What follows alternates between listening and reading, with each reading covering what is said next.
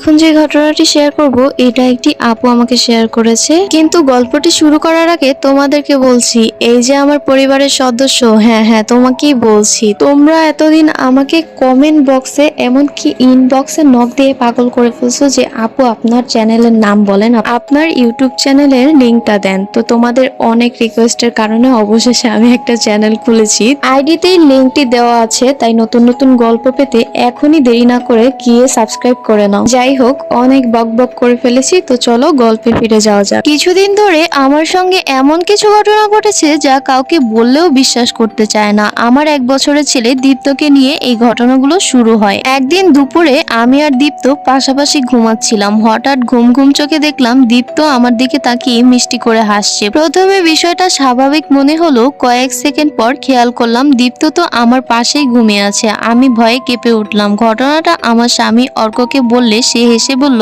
ছেলেটাকে হাঁটতে দেখার জন্য তোমার আর তর সইছে না। আমি আর কথা বাড়াইনি। কয়েকদিন পর রান্নাঘরে মাছ কাটছিলাম, হঠাৎ দরজার পাশে তাকিয়ে দেখি দীপ্ত দাঁড়িয়ে আছে, কিন্তু ওর হাসিটা ছিল অদ্ভুত, কোনো শিশুর স্বাভাবিক হাসির মতো নয়। আমি তাকিয়ে থাকতেই সে দৌড়ে শেষবার ঘরের দিকে চলে গেল। আমি তাড়াতাড়ি ঘরে গিয়ে দেখি দীপ্ত বিছানায় ঘুমিয়ে আছে। সেদিন রাতে ওয়াশরুম থেকে ফেরার সময় আবারও দেখলাম অন্ধকারে দীপ্ত দাঁড়িয়ে আছে। সে আমার দিকে তাকিয়ে হাসলো, তারপর ঘরের ভিতরে চলে গেল। ঠিক সেই মুহূর্তে শেষবার ঘর থেকে দীপ্তর কান্নার শব্দ ভেসে এলো। এবার সত্যিই আমার ভয় লাগতে শুরু করলো। পরের রাতে হঠাৎ কাচের গ্লাস ভাঙার শব্দে ঘুম ভেঙে যায় আমার। দৌড়ে হলরুমে গিয়ে দেখি অর্কের হাত থেকে গ্লাস পড়ে ভেঙে গেছে। সে গেস্ট রুমের অন্ধকারের দিকে হাঁ করে তাকিয়ে আছে। অনেক জোরাজোরির পর অর্ক বলল, আমি ওই ঘরে দীপ্তকে দাঁড়িয়ে থাকতে দেখেছি। ওর মুখে ভয়ে সাদা হয়ে গিয়েছিল। তখনই আমার মনে পড়লো, এই বাড়ি ভাড়া নেওয়ার সময় আগের ভাড়াটিয়ারা আমাদেরকে সতর্ক করেছিল। তারা বলেছিল এই বাড়িতে ছোট্ট বাচ্চা নিয়ে উঠবেন না,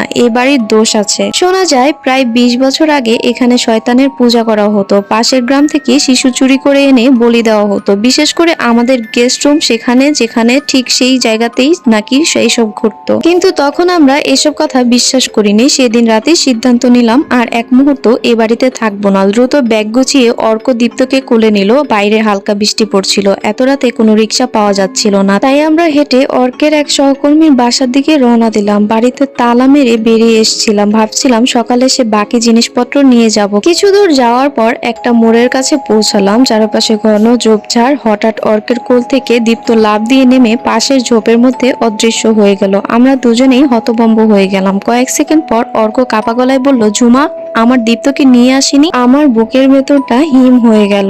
অর্ক আবার বলল, আসল দীপ্ত এখনো ওই বাড়িতেই আছে, আমরা অন্য কিছু একটা নিয়ে বেরিয়েছি। কথাটা শুনে আমি